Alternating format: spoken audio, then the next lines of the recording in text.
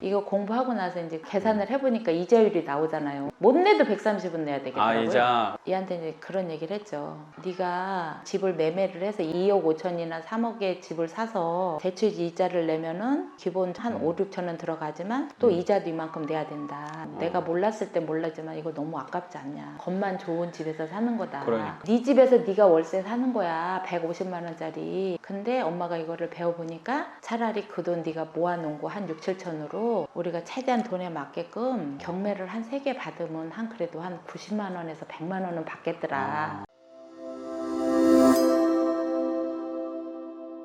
자기는 도저히 돈이 없으니까 못 가겠다. 내가 여기서 한 2년 더 벌어서 미국에서? 예, 전세 자금이라도 벌어서 오겠다. 이제 그렇게 해가지고 우리 신랑은 한 2년인가 뒤에 이제 겸사겸사 이제 또 아버님도 위독하시고 그래갖고 오게 됐어요. 그래갖고 우리가 이제 미국을 한번 갔다 오면서 그나마 조금 있던 거를 다 이제 까먹고 와서 이제 살다 보니까 IMF 이후에 계속 또 안 좋았고 얘네 아빠도 빨리 안 일어나고 그냥 직장 다니는데 나이 먹어서 전문직도 아니고 이제 그러다 보니까 이제 요즘에는 이제 그 시동생하고 같이 일을 하거든요. 가족끼리 일을 하다 보니까 일은 더 힘들게 일해도 보수는 더 낮게 안 주는 거예요. 하다 보니까 이제 경제적으로 많이 있죠. 그전에는 이제 못 느꼈는데 어느 순간에는 진짜 나중에 늙어서 폐지 주스로 다니게 생겼더라고요. 내가 그 두려움이 갑자기 어느 순간 나중에 불현듯 찾아오니까. 그리고 또 애들이 크니까 내가 애들한테 손 벌리고 살면 안 되는데 그런 사람 이렇게 주변에서 가끔 보는데 저게 내 현실이 되지 않을까 이런 진짜 불안감이 있었어요. 그래서 안 되겠다. 분명히 뭔가를 해야 되겠다. 두려움이 오는 순간이 있어서 뭔가 해야겠다 생각하셨다고 그랬잖아요. 저도 사실 좀 비슷한 것 같아요. 근데 우리 신랑은 너무 천하태평이에요. 몰라 속으로는 걱정하는지는 모르는데 그런 것들이 기색이 안 보여서 그냥 내가 늘 착하기는 한데 너무 착하고 성실하긴 한데 우유부단하고 같이 사는 사람으로서는 좀 답답한 부분이 없잖아 있어요.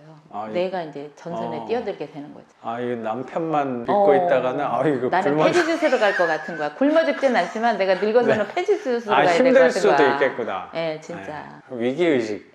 진짜로. 근데 우리가 젊을 때 살 때는 진짜 이게 길은 인생인 줄 알았잖아요. 나도 우리 애들 처음 낳고 살 때는 뭐 인생이 항상 이렇게 젊을 때만 있을 거라고 생각을 했는데 어느 순간에 훅 지나서 30년이 넘었잖아요. 결혼 생활이. 근데 앞으로 또 살 날이 더 길잖아요. 그렇죠. 근데 또 경제력이 있으면서 살 날이 기는 거하고 엄지 긴 거하고는 그리고 또 우리 엄마가 지금 요양원에 계신단 말이에요. 그런 거를 비춰봤을 때 되게 좀 어두웠어요. 내 노년이. 그래서 이제 답답한 순간도 있었겠어요. 답답했어요. 하여튼간. 그래서 이제 애들도 좀 커서 이제 집에서 나간 지가 한 2년 됐어요. 그래서 그때부터는 이제 돈이 조금 모이더라고요. 돈이 이제 모일 새가 없었는데 갖고 정말로 악착같이는 아니고 이거를 하려고 내가 돈을 많이 모았어요. 한 1,000만 원 있었어요. 내가 우리 아들한테 그랬지. 얘가 좀 부정적이니까 내가 먼저 할 건데 내가 혹시 돈이 모자라면 네 돈 좀 빌려다고 그래갖고 이제 동의를 조금 얻었어요. 그래갖고 이제 내 거 받아가지고 부족한 거 걔가 이제 1,600만 원 빌려줬어요. 요번에 이제 4월달에 받으면 다 줄 거고 내가 또 그동안 또 모았고 그래서 이제 그거는 이제 다 끝나고 얘 거는 얘 거대로 하고 나는 이제 또 나대로 또 모아서 1번 물건은 선생 명의로 낙찰을 받은 그거는 거예요? 그냥 받으려고 그래서 받은 건 아닌데 연습하는 마음으로 갔다. 아들 소리가 그때는 K 승낙을 안 해서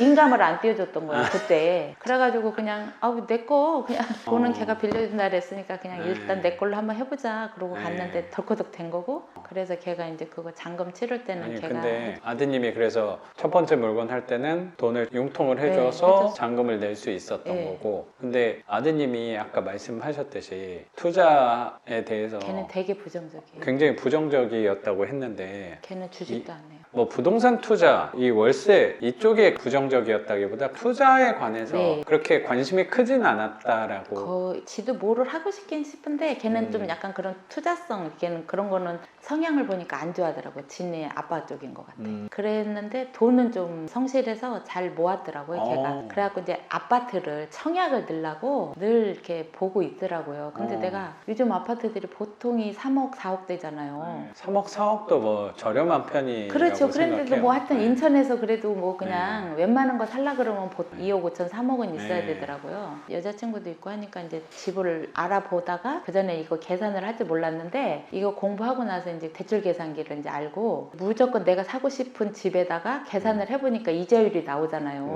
그렇죠. 부동산에 가서 안 물어봐도 그거를 계산을 해보니까 보통 140, 150은 못 내도 130은 내야 되겠더라고요. 이자 원금하고 이자 같이 내야 되니까. 얘한테 이제 그런 얘기를 했죠. 네가 집을 매매를 해서 2억 5천이나 3억의 집을 사서 대출 이자를 내면은 기본 한 5, 6천은 들어가지만 또 이자도 이만큼 내야 된다. 근데 네가 이 돈을 내고 살면 내가 몰랐을 때 몰랐지만 이거 너무 아깝지 않냐. 겉만 좋은 집에서 사는 거다. 그러니까. 네 집에서 네가 월세 사는 거야. 150만 원짜리. 근데 엄마가 이거를 배워보니까 차라리 그 돈 네가 모아놓은 거 한 6, 7천으로 우리가 최대한 돈에 맞게끔 경매를 한 3개 받으면 한 그래도 한 90만 원에서 100만 원은 받겠더라. 그러면 요거를 이렇게 그렇죠. 준비를 1년 동안 해서 네가 살고 집을 사고 요걸로 네 살고 싶은 집 그 대출을 넣으면 네 월급에서 이 돈이 나가지는 않을 거잖냐. 그거를 이제 처음에 얘기를 했어요. 공책에다 적어서 보여주고 설명을 해도 와. 이게 완화다. 이런 엄마가 어딨어 세상에. 아니 근데 우리 아들도 그게 안 하다는 거야. 왜 그러냐면 네. 누가 월세 받아본 사람이 없잖아요. 그렇죠. 그래갖고 막 아유, 엄마나 해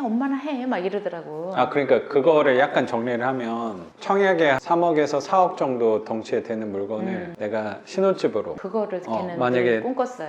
그 집을 취득을 하게 되면 결국에 비용이 선생님이 대출 이자 계산기 활용해서 계산을 해보니까 한 달에 나가는 돈이 150만 원 선이 예, 그냥 그래서- 나가니까 네가 월세 사는 거 아니냐. 네 집에서 네가 월세 사는 거. 그렇죠. 그럼 그게 삶이 더 힘들어질 수도 있지 않나 걱정이 돼서 그럼 차라리 이 150만 원을 일을 하는데 노동해서 수입을 벌어서 내는 게 아니고 월세를 차라리 네가 갖고 있는 돈으로 해서 한 100만 원 돈은 수월하게 좀 할 수 있을 것 네, 같은데 할수 있어요. 그걸 받아서 이거를 였다가 내면 부담은 덜하지 않을까. 그게 오히려 돈을 모으는 것보다 이렇게 융통을 하는 게 조금 더 현명한 거 아닌가라는 얘기를 그리면서 설명을 해줬다는 네, 거네요. 네. 그랬더니 아드님이 그때도 실감이 안 어. 났어요. 왜 그러냐면 실질적으로 돈을 안 그렇죠. 받아보고 이걸 누가 한 사람이 없잖아요. 맞아요. 그래가지고 반지상 영상 보여줘도 아 이놈 사기꾼 같다.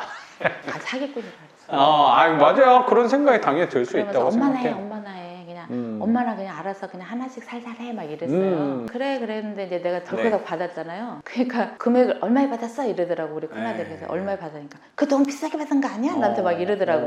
어. 아니야. 그냥 그렇게 비싸게 받은 건 아닌데 우리는 어차피 팔 거 아니고 세 받을 거니까 그거는 크게 저기 하지 않는다. 그러고 이제 그러면서 지가 또 알아봤나 봐. 나 몰래. 그 주변에 이제 인터넷으로 월세를 이제 알아봤나 봐. 네네. 그랬더니 보통 한 50만 원, 45만 원 그랬나 봐요. 그랬더니 이자가 나보고 얼마 나가냐 그러더라고요. 네. 내가 뭐 첫 해는 이만큼 나가 30 몇만 원 나가고 다음 해부터는 한 40만 원 나갈 거다 그랬더니 그러면 그거 이자 내고 나면 뭐가 남냐고 나한테 또 막 통박을 주더라고. 그래서 내가 네 이럴 줄 알았어. 그러면서 아니다. 아니다. 그때쯤에 선생님도 한번 전화를 주셨던 것 같은데 아 되게 좀 걱정된다는 식으로 예, 얘기하셨던 것 같아서. 그래서 내가 네. 아니다.